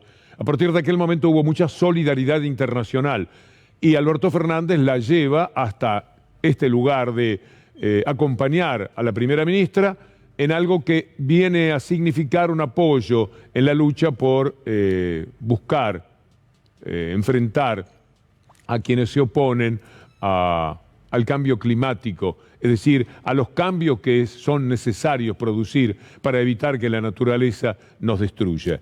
Miren ahora más de este viaje de Alberto Fernández. El tema de la ruta de la seda, cómo son las cosas, ¿no? La seda que en sus viajes motivó hasta que nos descubrieran, ahora retorna. Seda, que además es el nombre de una de las mejores novelas de los últimos 20 años en el mundo entero, escrita por Alessandro Barico, que ahora está con leucemia luchando por su vida, un escritor italiano turinés maravilloso. Bueno, todo esto de el camino de la seda impone también un criterio de soberanía. La Argentina, si le hace caso a Estados Unidos, si siempre obedece a Estados Unidos, no podría dar el paso que ahora da el gobierno argentino. Alberto Fernández, en su primer viaje oficial al primer socio comercial extra-Mercosur de su país. Durante el encuentro con su homólogo chino Xi Jinping, Argentina se sumó a las 140 naciones que ya forman parte de la nueva Ruta de la Seda, una iniciativa de China para estimular el flujo del comercio y las inversiones.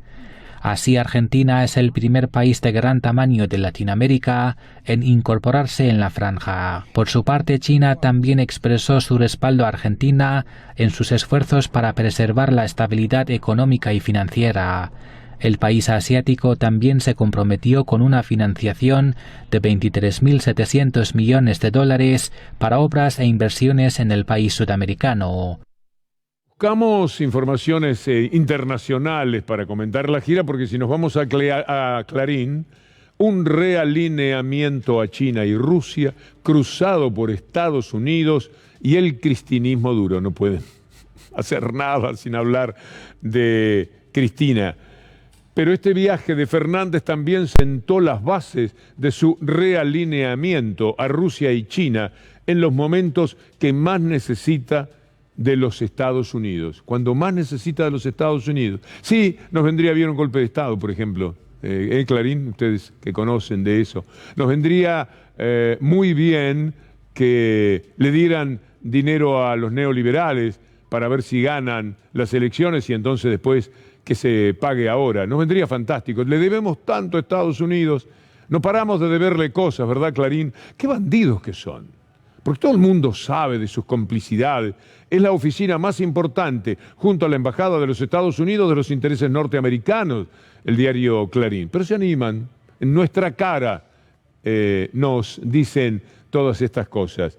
Algo más de Clarín. Ahora es un realineamiento y una cosa.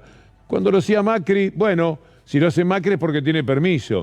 Así lo celebraban a su manera. China es uno de los mayores inversores de la Argentina. Ahí no importaban los derechos humanos en China y todo eso que sacan a flote cada vez que quieren ir en contra de algo. Bueno, además otros presidentes van a Rusia ahora. Y parece que se puso de moda, se queja la nación. Vean este título de los que quieren quitarle la herencia a Esmeralda Mitre. El Kremlin, nuevo destino estrella para líderes europeos. hace una semana fue el primer ministro húngaro, mañana llegará Emmanuel Macron y en unos días el canciller alemán va a reunirse con Putin en Moscú. Entonces no debe estar tan mal, ¿verdad? ¿Verdad que no? Si van todos ellos, porque estaba mal que fuera Alberto Fernández. ¿Y por qué estará mal que, como piensa Macron, como piensan los alemanes, no es bueno estar alineado con uno solo? Sería interesante, dentro de lo posible, hacer negocios con todos. Pero la Argentina no, la Argentina tiene que vivir de rodillas y ser el patio trasero de Estados Unidos, porque eso le encanta a Mañeto y a quienes le sirven a esa vocación cipaya que, entre otras cosas, caracteriza determinados medios de comunicación. Mire, cosas que se dicen de la Argentina y que no son verdad. Hay una nota que hoy escribió Rubén Manasés Achjian, que es un catedrático muy importante, un hombre del CONICET también, y escribió algo respecto a 3 datos fundamentales de cómo la Argentina no está afuera del mundo como se pretende. Mire cuáles son los datos. Economía y modelo. 78.000 millones el valor total de las exportaciones en 2021, tal mal no está, ¿no? 15.000 millones de ganancia, plin caja. Eso ganó la Argentina en el 2021. 140% interanual creció la inversión extranjera directa en el 2021. Bueno, son 3 datos ciertamente interesantes, pero los vamos a sumar a esto y los vamos a presentar con rapidez. Le digo a mi guía Federico Ferro, porque son datos que hace bien que sepamos cómo es una Xiaomi My Store por dentro. Bueno, acá lo que en minuto 1 toma es que la empresa de China, líder en fabricación de celulares, se va a instalar en la Argentina y va a producir smartphones en Tierra del Fuego. Otro de los títulos positivos. Aerolíneas Argentinas superó el 1 millón de pasajeros en 2022. Qué bueno privatizarla, ¿no, Caballo? Para que el dinero, el servicio, la vocación nacionalista la tengan los de afuera y se lleven todo como ya se lo llevaron. Por el impulso de la temporada turística, las ventas minoristas subieron 17% en enero. No está mal, ¿eh? No está mal. Fue un mes activo para los comercios ubicados en las ciudades turísticas, que ayer nomás tenían que bajar cortinas. Una data del secretario de la pequeña y mediana empresa, Meredith, el año pasado 7.600 pymes exportaron por 10.800 millones de dólares. Eso está muy bien, ¿no? YPF va a invertir 90 millones de dólares para construir el parque solar más grande de la Argentina, que va a estar ubicado en la provincia de San Juan. Que además esto de darle un sentido federal, fíjese que todas las noticias interesantes y positivas que hemos compartido con ustedes de este país que evidentemente no está fuera del mundo, algo que dice también Manasés Achjian, es que la Argentina exporta no solamente materia prima, también manufactura. ¿Sabe hasta qué extremo? Dice que 2/3 de lo que exporta la Argentina tiene que ver con lo manufacturado. A mí me sorprendió el dato porque finalmente uno también termina consumiendo y creyéndose esos sonsonetes, esas consignas que repiten tan solo para hacer daño cuando les conviene, hacer daño con los aspectos que hacen al país. Un dato interesante también de Kicillof a propósito del acuerdo con el Fondo Monetario Internacional y la gira de Alberto Fernández. Lo que no puede hacerse es tener una visión tan obtusa y simplista de lo que tienen que ser las relaciones internacionales. No creo, evidentemente, que el acuerdo que se cerró con el Fondo Monetario sea de alguna manera competitivo o contradictorio. Claro. Vamos a ver a ATN y La Nación Más lo que hacen, porque tienen una muy buena clientela desde ya, un público cautivo. No sé si le creen, pero les gusta que le mientan. Mentime que me gusta, porque con eso consiguen sus tan modestos, te ha discutido con alguno de ellos, seguramente los fanas de ese sector, y se da cuenta que si algo los caracteriza es un total desconocimiento de la verdad. Una universidad en los Estados Unidos que llegó a la conclusión, un estudio real de las universidades, la de Massachusetts, que decía que era mejor no ver nada, no estar informado de nada, que estar informado por Fox News, por ejemplo. Porque de esa manera uno sabe muy mal las cosas. Es preferible no saber nada que saberlo todo mal. Y esto pasa en la Argentina. Hay gente que todo lo que sabe lo sabe todo mal, pero de verdad lo sabe todo mal, porque está altamente demostrado que todo fue, por otra parte, una insidia, una mentira. Ahora bien, va el presidente de gira. ¿A usted le parece que está mal ir a Rusia? ¿No es bueno intentar hacer negocios con Rusia? ¿Qué tiene de malo, de particular? ¿Qué va a dejar por el camino la Argentina? Ir a China, que además ellos cuando les convino también fueron y lo aplaudían. Ahora no. Ahora eso de decir en China que la Argentina no puede ser país satélite de nadie y lo ponen en la tapa, Clarín, Nación. ¡Qué barbaridad! Dice que no tenemos que ser satélite de nadie. Porque ellos piensan que sí, que tenemos que serlo. Piensan siempre con un sentido de colonia. Y quieren que todos aceptemos ser una colonia, porque en la colonia siempre hubo ganadores. Estaban los que no querían para nada la Revolución de Mayo, porque les iba fantástico con ser una colonia de España. Y a muchos les va fantástico con ser una colonia de los Estados Unidos. Y entonces la gira del presidente es maltratada de la manera que sea, porque dijo, porque no dijo, porque se sentó, porque el presidente de China no se sabe acomodar o estaba cansado de escucharlo, porque Putin ponía cara de no sé qué. Estaba haciendo cosas muy, pero muy interesantes para la Argentina, Alberto Fernández, y estaba diciendo cosas que a muchos nos caen bien. Esta vez sí, esto que señalaba nos cae muy bien, pero ellos, palo y palo. Es lamentable el presidente de la República. El análisis gestual de la reunión con Putin es maravilloso, de libro, ¿no? Esa actitud de Putin, de inquieto, ¿no es cierto?, moviendo las piernas, es alguien que dice, ¿cuándo termina esto? ¿Cómo puede ser que un acuerdo con China, donde supuestamente va a haber 20.000 millones de dólares de inversión y va a traer mano de obra y sería una buena noticia, en un punto puede llegar a ser una mala noticia porque es nuestro acercamiento a China mientras estamos negociando con el Fondo Monetario? Nelson, que es un viejo amigo, critica, dice que Putin estaba incómodo, que no quería ya estar más ahí.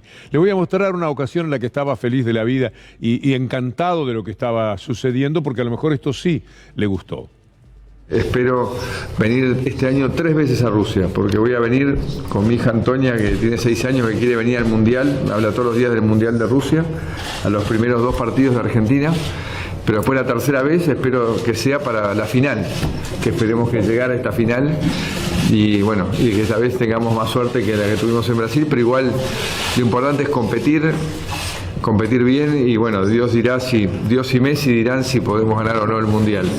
Nos pasan cosas, pero por suerte algunas son graciosas, como esta crítica que Putin estaba desesperado por zafar del encuentro con Alberto Fernández, al que ayudó con las vacunas, al que le respetó hasta las protestas y reclamos que le hizo Alberto Fernández en su momento. Bancó fenómeno la relación con la Argentina, fue el proveedor de millones de vacunas que fueron el primer alivio que tuvo el país, ahora lo recibe en medio de muchísimos problemas como los que tiene Rusia, que podría terminar en una guerra con los Estados Unidos. No obstante, ahí estaba atendiéndolo, pero no. Con el que estaba feliz era con Macri, mientras Macri le hablaba de que iba a ir al Mundial con su hija y todo lo demás. Me preocupa que tomó contacto hace un ratito nada más, ahora fue Federico. Le pregunto a Federico Ferro, hace 10 minutos, la esposa de Jorge Rashid, cuyo hijo, Leandro, estuvo conversando con nosotros hace un rato. Gabriela Dueñas es la esposa de Jorge Rashid y ha dicho que se descompensó Rashid en función de lo que ha sucedido. Y no dejan pasar una camioneta, dictame por un instante, Federico, una camioneta por razones humanitarias, que dejen pasar la camioneta, seguramente para aliviar con rapidez la situación. Bueno, reclamamos a las autoridades en Río Negro que hagan algo, por favor. Ya no les estamos pidiendo soberanía, hoy por lo menos lo dejamos de lado, por un momento, de ese lago que se quedó el magnate Joe Lewis. Mire usted lo que es ese paraíso. Qué bueno debe ser Poder decir, ya me gusta poner el dedo en el mapa, decir, me voy a quedar con este lago, que figura en el mapa de un país, pero ahora figura en el mapa del campo de quien compró 13.000 hectáreas allí. Rodeó el lago con sus 13.000 hectáreas y se quedó con el lago. Y uno no puede pasar al lago porque es como pasar por el patio de la casa de un señor que dice, por acá no, vaya por el otro lado, por acá no puede pasar. Pero yo quiero ir al lago es mío, el lago es argentino. Yo venía cuando era chico al lago y tengo el mapa con el lago argentino y yo quisiera conocer el lago argentino porque me hablaron maravillas, mis abuelos, mis padres. No se puede, no lo va a poder ver, esto es mío. Esto es una propiedad privada ahora. Ya no le pertenece, esto está en mis campos y se terminó la historia. Así le ponen punto final. Por supuesto que con mecanismo de defensa extraordinario. No debe ser poca cosa ser Joe Lewis y decirle a Macri, abogá por favor, ponete las pilas y decirle a la gente lo que me está pasando acá, que se me quieren meter con el lago y hasta uno intentó darse un baño en el lago. A ver qué podés hacer. No entiendo por qué esta sistemática búsqueda de agredirlo a alguien que eligió la Argentina para vivir unos años, que no nos pide nada. Los poderosos son así. Uno recuerda siempre cuando Mañeto lo mandó a Macri a robarle a Vila, el hombre de América Televisión, un negocio de $500 millones. Entonces Macri fue, lo extorsionó, lo amenazó, lo prepoteó, le hizo de todo, le amenazó su familia. Parece que esto no puede ser real lo que le estoy diciendo. Bueno, lo ha contado el propio Vila sin que nadie osara desmentirlo y hay una causa al respecto. Porque le quería el más poderoso, mandaba al Che Pibe con su cargo de presidente a que hiciera lo que le convenía a él. Bueno, ahora de Che Pibe en una conferencia de prensa la abrió hablando de Lewis para defender el territorio de un hombre, bueno, eso sí, es verdad, saca la ventaja cuando quiere, va y pasa las vacaciones allí. Hablemos desde un lugar de emoción del lago escondido. Por ejemplo, pongamos la voz de Grandinetti en la película El Camino de Santiago de Tristán Bauer. Esta composición del gobierno nacional, la cercanía del presidente con empresarios como Benetton o Joe Lewis, instala una nueva política respecto de los derechos de los pueblos originarios. Conozco de años a Joe Lewis y soy amigo de él. No tengo vínculos comerciales. En la Patagonia, el multimillonario construye su impresionante mansión e impide el acceso público al lago escondido, creando así su propio paraíso privado. La verdad es que no entiendo por qué esta sistemática búsqueda de agredirlo a alguien que eligió la Argentina para vivir unos años, que no nos pide nada.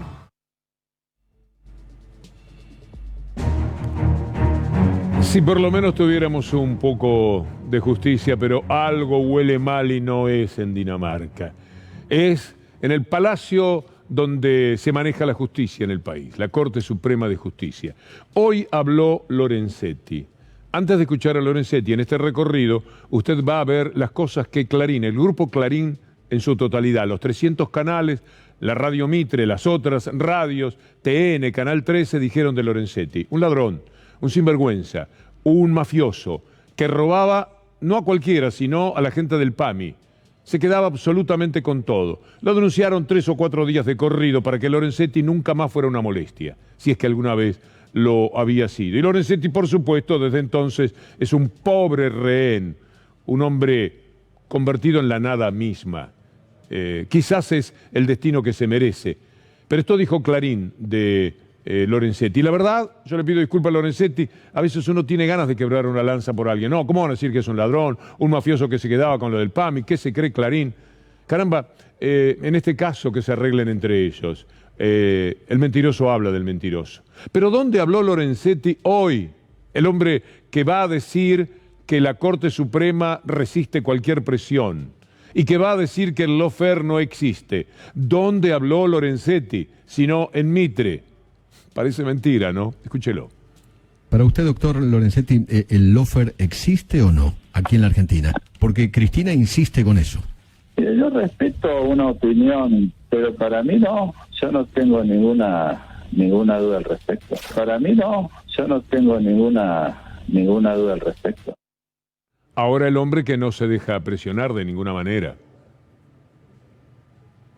Quiero dejar bien en claro para todos los que nos escuchan que la Corte no va a ceder a ninguna presión, como nunca hemos cedido. Que la Corte no va a ceder a ninguna presión, como nunca hemos cedido. Es decir, las marchas expresan lo que cada uno quiere expresar y eso, desde ese punto de vista están ejerciendo un derecho de manifestarse, pero nunca ha tenido una influencia en las decisiones de la Corte Suprema, nunca ha tenido una influencia en las decisiones de la Corte Suprema. Qué personaje, ¿no? Mitre lo definía muy bien. Hoy te vamos a contar desde cuándo existen los nexos de Lorenzetti con el peronismo, que uno piensa que son nuevos. No, no son nuevos, refieren a los 90. A los 90. Aunque parezca increíble, los vínculos de Lorenzetti con el PJ empezaron en los 90, cuando Lorenzetti vivía en Rafaela, que es su ciudad natal, y se metió en el negocio de las prestadoras del PAMI, que manejaba Carlos Alderete. En ese ámbito estaba Lorenzetti laburando en las prestadoras.